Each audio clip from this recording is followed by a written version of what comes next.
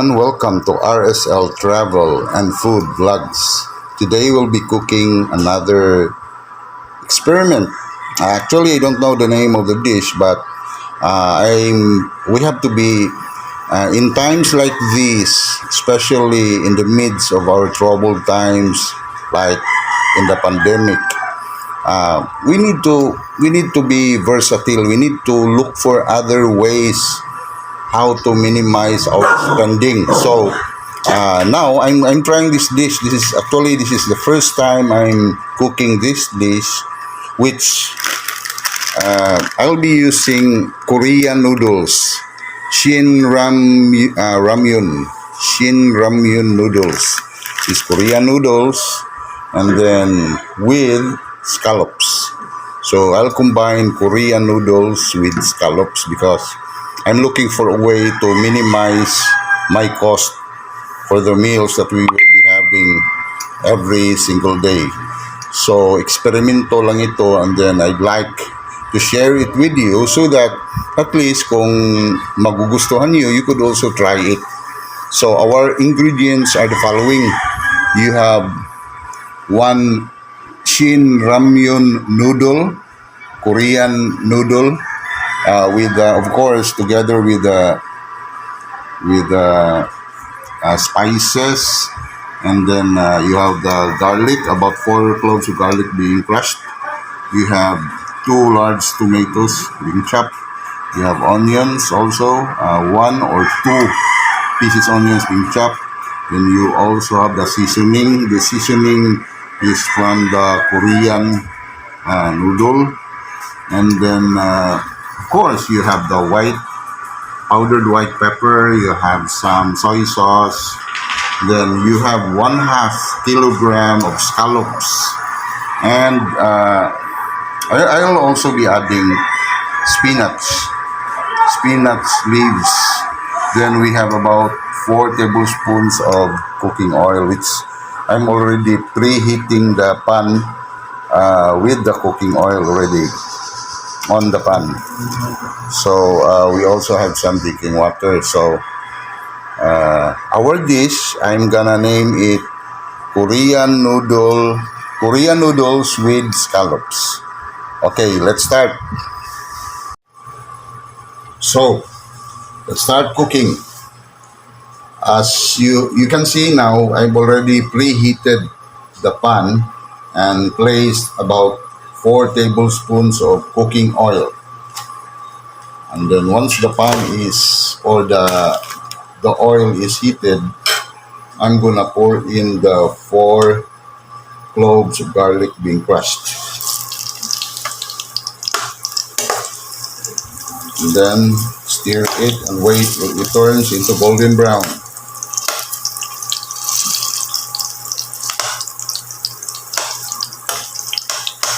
Once it turns into golden brown, you have to mix it properly like this. Once it turns into a little bit golden brown, you can add the onions. So I will now add the onions. There we go. Then you need to mix it again so that pantay yung pagkaluto ng spices. Kasi kailangan pantay, because if you're not gonna stir it occasionally, some portions of the spices might be burned. So you do not want that to happen. Kailangan i-stir mo occasionally para magiging pantay talaga ang pagka-saute mo ng spices mo. Now at this point, you can see the onions are about to get translucent already, and then the garlic is already golden brown as well. So you can now add the 2 pieces tomatoes being chopped. Then as usual, you're gonna mix it properly para magiging pantay ang pagkaluto ng spices mo. So while continuously stirring stir mo ng maayos yung yung spices. While you saute the spices, you wait till the tomatoes will soften a bit. Yung bang mag-soften yung tomatoes. Kasi pag nag-soften siya, yung flavor niya ma-absorb yun ng ibang spices. Magiging mabango na rin yung yung mga spices mo. Mabango na rin. So at this point right now, you can see golden brown na yung yung garlic, and then the onions are already translucent, and then the tomatoes are beginning to soften. So perfect na ito. You can proceed to the next ingredient. So the next ingredient that you are going to add will be our main ingredient. It will be the scallops. So now we're gonna pour in the scallops. Please take note that the scallops is 1/2 kilogram. Thoroughly wash. Kailangan hugasan mo ng mabuti ito so that you can be sure na malinis talaga yung yung sangkap mo. So you have to mix it properly. Yan. So as you can see, masarap na siya tingnan, You have to stir it carefully, evenly, properly para pantay-pantay ang pagkaluto niya. So at this point now, as usual, we're gonna add a seasoning. So first is this one.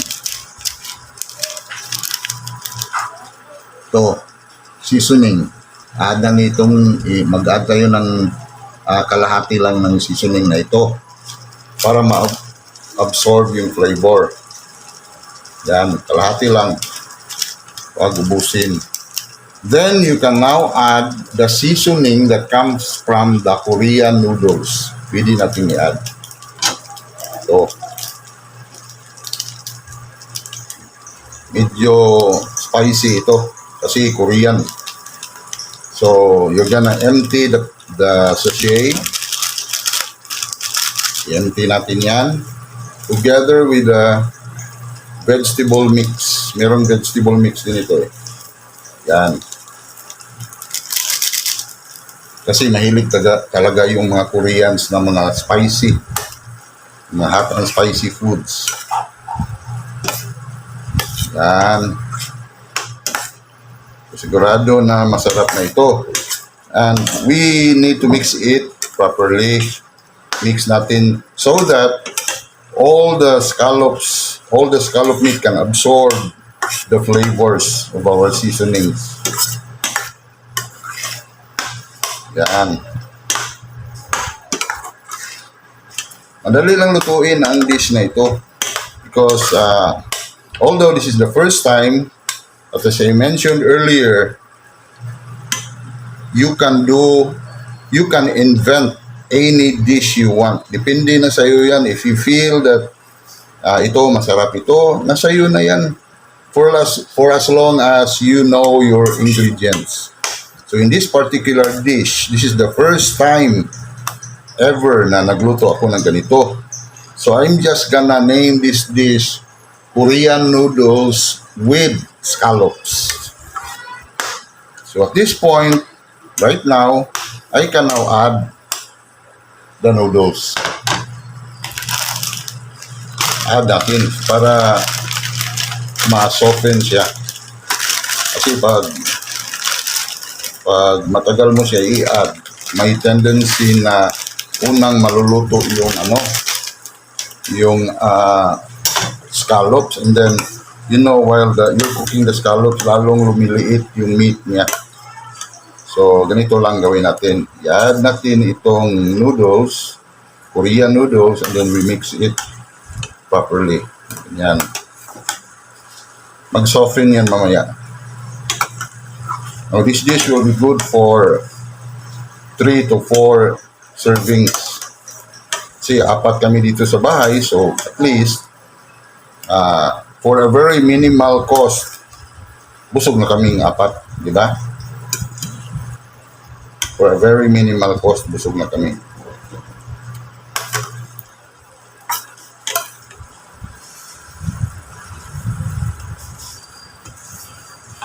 All you have to do is to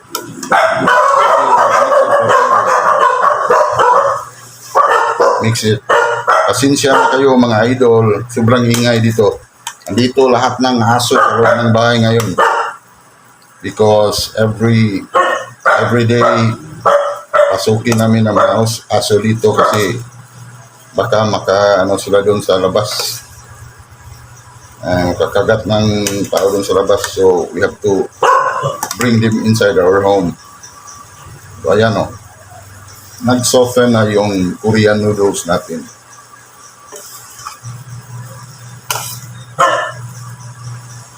Yan. Then you just have to continue mixing it to stir it properly. Yan. Kasi para magiging even talaga yung distribution ng heat. As you can see, medyo na siya. Sarap na siya. Diba?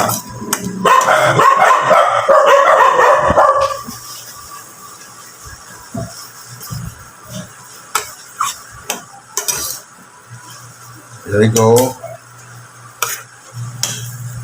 Sarap na ito. Then you can add a little water na. Sobrang ingay ng mga aso dito, mga idol. Pasensya na kayo. Nasa loob ng bahay kasi tapos ang daming tao na papasok dito. So I'm now gonna add drinking water.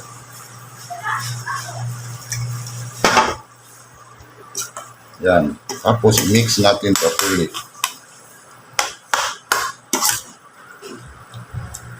Here we can save some money here because the scallops only cost as low as 60 pesos.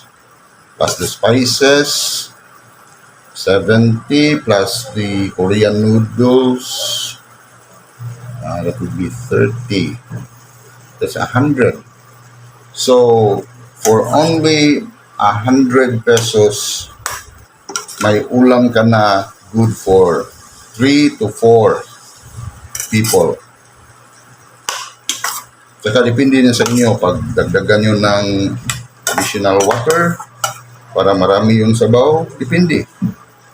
Mas lalong siya, mabubusog kayo pag marami ang sabaw, diba? So it's very simple, very easy to prepare, pero ginagamit natin ang versatility natin. Kung anong meron, di ba? So, more water.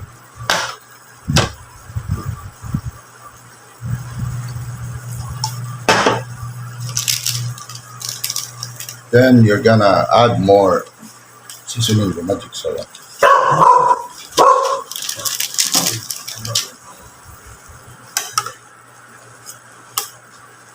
We're almost done.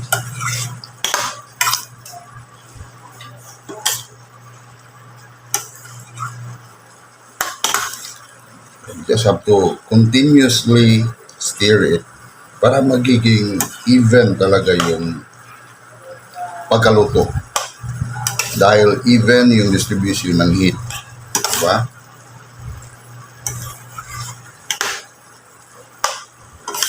Yan. Okay, it's almost done. Almost done.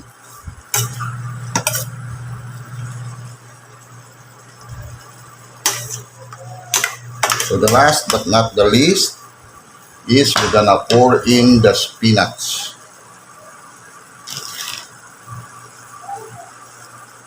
Pour in natin yung spinach. Ayan. And a little of this white pepper. Right? White pepper. Kunti lang. Dahil alam naman natin na spicy na yung Korean noodles. Diba? Ito, tingnan mo. Masarap na, no?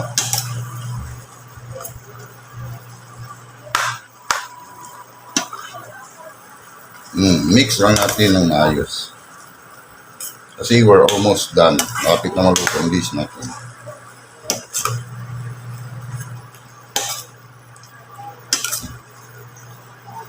Masarap ito. It's good for 3 to 4 persons. Kailangan half cook yung ano natin, yung spinach.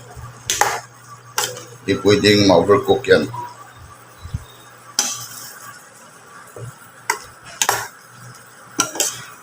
Okay, oh. Diba? Kita niyo? Masarap na, no?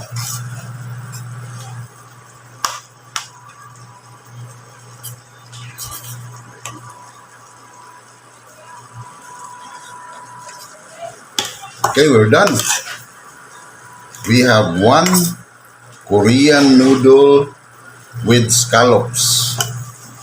Spicy and yummy-licious coming right up. Thank you very much for watching. Stay safe always. God bless. Please don't forget to like and subscribe to my channel too. Stay safe, everyone. There you go. Now, we turn off the heat. Turn off the induction cooker. Pull the plug. And then we plate. So that you can see the finished product. So we now plate it.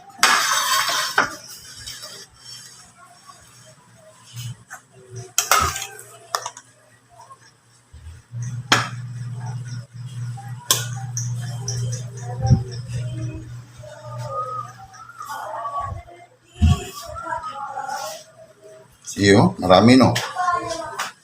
Look how tempting it is. Saka marami ang naluluto natin, right? Very delicious. I can hardly wait to have my lunch.